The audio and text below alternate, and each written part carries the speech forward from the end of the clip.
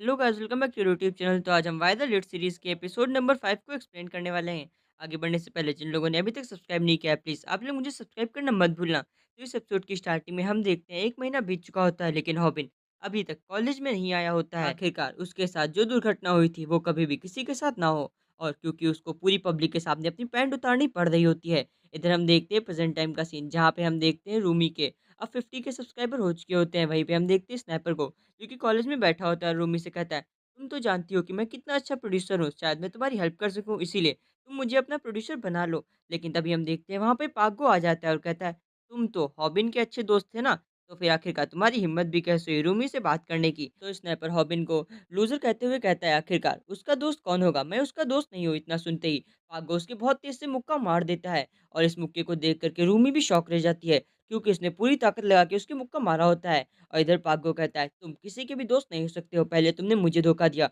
और अब तुम हॉबिन को भी धोखा दे रहे हो। और उसकी बेइज्जती करते हुए वहाँ से जाने लगता है, और हम देखते हैं सभी लोग कहते हैं कि ये बंदा एक धोखेबाज है, ये किसी का दोस्त बनने के लायक नहीं है। जबकि स्नैपर कहता है, मैं पढ़ाई में भी कमज़ोर हूँ और ऊपर से मेरे पास स्ट्रेंथ भी नहीं है, इसीलिए इसीलिए मुझे ऐसे रास्तों का यूज़ करना पड़ता है खुद को बचाने के लिए। जहाँ पे हम देखते हैं पागो को, जो कि अपनी लाइव स्ट्रीम स्टार्ट कर देता है, और जहाँ पे हम देखते हैं सभी लोग उसकी लाइव स्ट्रीम को फिर से एन्जॉय करना स्टार्ट कर देते हैं। और अब उसके 900 के सब्सक्राइबर हो चुके होते हैं, और वो इसकी सभी को पार्टी देता है। जबकि इधर हम देखते हैं हॉबिन के चैनल को, जिसके अब 90 के सब्सक्राइबर बचे हुए थे, और बहुत सारे लोग उसे छोड़ कर के चले गए थे। लेकिन वहाँ पे कुछ लोग वो भी थे, जो उसका बेसब्री से वापस आने का इंतज़ार कर रहे होते हैं, जैसा कि आप लोग मेरा इंतज़ार करते हो। इधर जब पागो लाइव स्ट्रीम कर रहा होता है, तभी उसे एक डेयर मिलता है कि अगर वो हॉबिन की पैंट उतरवा देता है, तो फिर उसे 50,000 येन मिलेंगे। जिसके बाद में हम देखते हैं वो स्नैपर के पास जाता है और वो कहता है, स्नैपर, हॉबिन तुम्हारा दोस्त है, इसलिए मैं चाहता हूँ कि तुम उसके घर जा करके उसको यहाँ बुला करके लाओ। अगर तुमने ऐसा किया तो फिर मैं फिर से तुम्हें अपना कैमरामैन बना लूँगा। इतना सुनकर के स्नैपर तुरंत ही उस बात के लिए मान जाता है। फिर सीन शिफ्ट होता है, हम देखते हैं हॉबिन की मॉम को, जो कि हॉस्पिटल में होती हैं, और हम देखते हैं स्नैपर उनसे मिलने के लिए आता है और कहता है, क्या आप मुझे अपने घर का एड्रेस दे सकती हैं? मैं आपके बेटे से मिलना चाहता हूँ, और मैं हॉबिन का बहुत अच्छा दोस्त भी हूँ। और वो कहता है कि मैं हॉबिन की मॉम को ये सब कुछ नहीं बता सकता हूँ कि आखिरकार चल क्या रहा है। इसके बाद में हम देखते हैं हॉबिन की मॉम पूरा घर का एड्रेस उसको लिख कर के दे देती है, जिसको देख कर के वो बहुत ज़्यादा खुश हो जाता है, क्योंकि एक बार फिर से वो पाग्गो की मार से बच गया होता है। लेकिन अगले दिन हम देखते हैं फिर से उसका मुँह सूजा हुआ होता है, क्योंकि पाग्गो ने उसे बहुत ज़्यादा मारा होता है। और पाग्गो उससे कह रहा होता है, आखिरकार तुम हॉबिन को बुला कर के क्यों नहीं लाए? और उसको लगातार चट्टे-चट्टे बजाया जा रहा होता है, और फिर से उसको लाइव स्ट्रीम पे लेकर के आता है और कहता है, चलो हॉबिन से कहो कि यहाँ पे आए, अगर उसने ऐसा नहीं किया तो मैं तुम्हें नहीं छोड़ने वाला हूँ।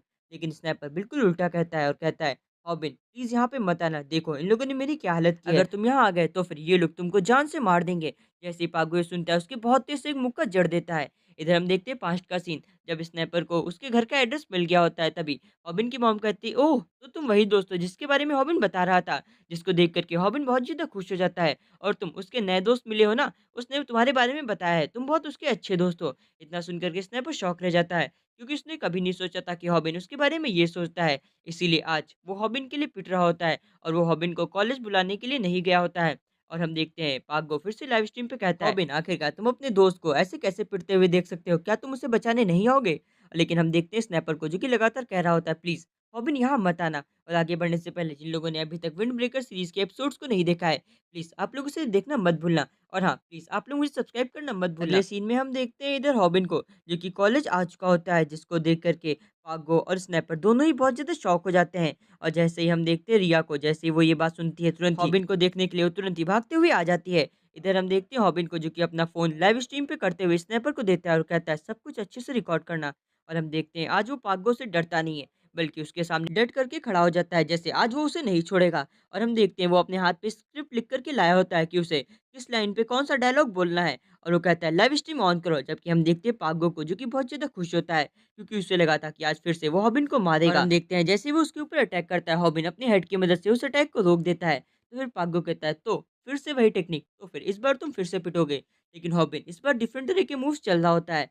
फिर हमें 1 महीने पहले का सीन दिखाया जाता है, जहाँ पे हम देखते हैं हॉबिन को, जो कि डिप्रेस होकर के बैठा होता है, और वो रो रहा होता है और कहता है, आखिरकार मेरे साथ ही ऐसा क्यों होता है? लेकिन वो डिसाइड करता है कि वो अपना बदला लेगा, और फिर से वो उसी चैनल को खोलता है, जिसमें वो लड़ने के तरीके ढूँढता है, जिसमें सबसे पहले वो बताता है, अगर तुमको किसी रैंडम बंदे से लड़ना है, तो सबसे पहले तुम्हें अपना बॉडी वेट बढ़ाना होगा।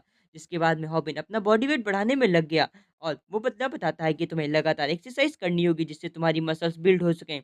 जिसके बाद में वो लगातार डंबल्स के रूप में बड़ी-बड़ी बॉटल्स को लगा रहा होता है, और वो उसे स्विमिंग करने के लिए भी कहता है, क्योंकि स्विमिंग करने से सबसे तेज़ स्टैमिना बिल्ड होता है और लगातार वो स्विमिंग करते जा रहा होता है। और फिर से जैसे ही वो उस वीडियो के खत्म होने पे जाता है, वैसे ही वो बंदा कहता है, तुम्हें हर रोज़ ये प्रोसेस लगभग 30 दिनों तक करना होगा। और हम देखते हैं लगातार उसने ये प्रोसेस 30 दिनों तक किया, और जहाँ पे वो बंदा उसे एक नए पंच के बारे में बताता है, जिसको कार्ब स्ट्राइक के नाम से जाना जाता है। और हम देखते हैं हॉबिन को, जो कि अब उसी स्ट्राइक को यूज़ करने वाला होता है, और हम देखते हैं वो भागते हुए आता है और उसके ऊपर कार्ब स्ट्राइक का यूज़ करता है, जिसकी वजह से हम देखते हैं पागो को, जो कि बहुत तेज़ से चिल्लाता है। और हम देखते हैं रॉबिन को, जो कि लगातार 1 महीने से इस स्ट्राइक को सीख रहा होता है, और आज वो पागो से लड़ने के लिए पूरी तरह से तैयार होता है, जैसे आज वो उसे हरा देगा। लेकिन पागो को इससे ज़्यादा फ़र्क नहीं पड़ता है और कहता है, तो ये है तुम्हारी नई टेक्निक, लेकिन इससे कुछ नहीं होगा।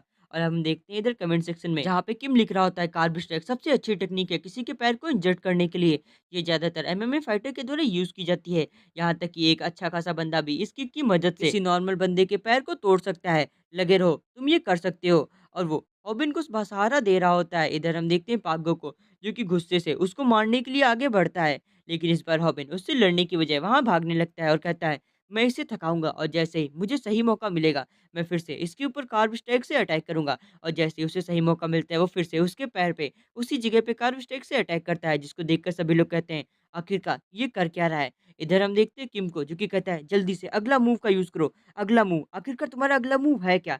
इधर हम देखते हैं, जबकि इधर रॉबिन लगातार सेम स्ट्राइक को यूज़ कर रहा होता है, जिसको देख कर के पागो कहता है, तो तुमने फिर से एक ही स्ट्राइक सीखी और अब देखो मैं क्या करता हूँ। इधर हम देखते हैं पूरी क्लास उन दोनों की फाइट को देख रही होती है, और इधर हॉबिन लगातार पागो से लड़ रहा होता है। और इस बार हॉबिन एक नई स्ट्राइक के साथ आता है, और वो पूरी ताकत अपने मुक्के में भरता है, पूरी ताकत से उसके फेस पे पंच करता है, जो ताकत उसने स्विमिंग करके पाई होती है। और हम देखते हैं पागो बहुत दूर जाकर के गिरता है, उसके पूरी मुट्ठी में खून लग चुका होता है, और इधर हॉबिन पूरी तरह से थक चुका होता है। अब उसके पास जान नहीं बची होती है जो पागो से लड़ सके, लेकिन पागो उसके एक ही पंच में नॉकआउट हो चुका होता है। जहाँ पे उसके दोस्त उससे लड़ने के लिए आगे बढ़ते हैं, लेकिन इस बार स्नाइपर बीच में आ जाता है और कहता है कि मेरे दोस्त के ऊपर अगर तुमने एक उँगली भी उठाई, तो मैं तुम दोनों को नहीं छोड़ूँगा। और वो ये सब बस इसलिए कर रहा होता है क्योंकि हॉबिन की मॉम ने बताया होता है कि हॉबिन उसको बहुत अच्छा दोस्त मानता है। इधर हम देखते हैं पागो के दोस्त भी अब उन लोगों से डर करके वहाँ से चुपचाप चले जाते हैं। जिसके बाद में किम इधर रॉबिन के पास आता है और वो कहता है, तुमने बहुत अच्छा किया। और वो कहता है, अब तुम्हें रोने की ज़रूरत नहीं है, तुमने अपना बदला ले लिया है। और वो उसे शांत कराने की कोशिश करता है, और वो उससे कहता है, तुम्हारी फाइट मुझे बहुत ज़्यादा अच्छी लगी, और जो अक्सर मैं कहा करता हूँ वैसा ही। हॉबिन कहता है कि प्लीज़ मुझे आप लोग सब्सक्राइब करना मत भूलना। और ये हॉबिन चिल्ला-चिल्ला करके अपने सब्सक्राइबर से कहता है, प्लीज़ मुझे सब्सक्राइब करना मत भूलना। और हम देखते हैं, देखते ही देखते उसकी वीडियो पे 77 के व्यूज़ आ जाते हैं। और हम कुछ दिनों बाद में देखते हैं हॉबिन को, जो कि अब रेगुलर अपना कॉलेज अटेंड कर रहा होता है, और वो कहता है, उस दिन के बाद से पागो फिर कभी कॉलेज नहीं आया। शायद उसे डर था कि जो डर उसने अपने कॉलेज में बना करके रखा था, वो डर उसका खत्म हो चुका है, शायद अब लोग उसे बुली करें, इसीलिए पागो अब कॉलेज नहीं आया, और उसके सब्सक्राइबर भी धीरे-धीरे कम हो गए। जबकि मेरे अब 1 मिलियन सब्सक्राइबर हो चुके हैं, और उसको यूट्यूब की तरफ से प्ले बटन भी मिल चुका है, और वो सभी लोगों को शुक्रिया भी करता है। फिर हम देखते हैं उसकी मॉम को, जिसको देखने के लिए वो हॉबिन आया होता है, और उनके लिए एक नई जैकेट लेकर के आया होता है, और कहता है, टेन टेन है, देखो मॉम मैं आपके लिए क्या लाया हूँ। जबकि उनकी मॉम कहती है, ये तो बहुत महंगा लग रहा है बेटा। और हम देखते हैं उसकी कीमत 1,80,000 येन होती है। तो उसकी मॉम कहती है, बेटा आखिरकार इतने सारे पैसे तुम लाए कहाँ से? तो वो कहता है, कोई बात नहीं मॉम, ये तो बहुत कम पैसे हैं, और प्लीज़ आप लोग मेरी इतने पैसे लाने में कब मदद करेंगे? इधर उसकी मॉम कहती है, अच्छा तुम्हारा वो दोस्त आया था जिसको तुम अपना अच्छा दोस्त बता रहे थे मुझे। तभी वो कहता है, ओह! तो आप किम की बात कर रही हैं, सच में वो मेरा बहुत अच्छा दोस्त है। और इधर हम देखते हैं स्नैपर को, जो कि उसकी मॉम को देखने के लिए आया होता है, और वो ये सब कुछ सुन लेता है और कहता है, तो तुम किम की बात कर रहे थे? अब मैं तेरे को नहीं छोड़ूँगा। इधर हम देखते हैं हॉबिन को, जैसे ही अपनी मॉम को देखते हुए बाहर आता है, और वो कहता है, लेकिन अब स्नैपर भी मेरा अच्छा दोस्त बन चुका है। और स्नैपर गुस्से से हॉबिन से कहता है, मैं तेरे को नहीं छोड़ूँगा। मैंने तेरे को ऊपर लाने के लिए इतनी मेहनत की, और तू कह रहा है तेरा अच्छा दोस्त किम है, और उसके बहुत तेज़ से पंच मारता है। लेकिन हमेशा की तरह इस बार भी हॉबिन उसके पंच को डॉज कर लेता है, और वो कहता है, लो ये एक और मेरा नया दोस्त है। और इसी के साथ हमारी सीरीज़ का ये एपिसोड भी समाप्त होता है। Thank you for watching us, keep supporting us, tata, bye bye, see you.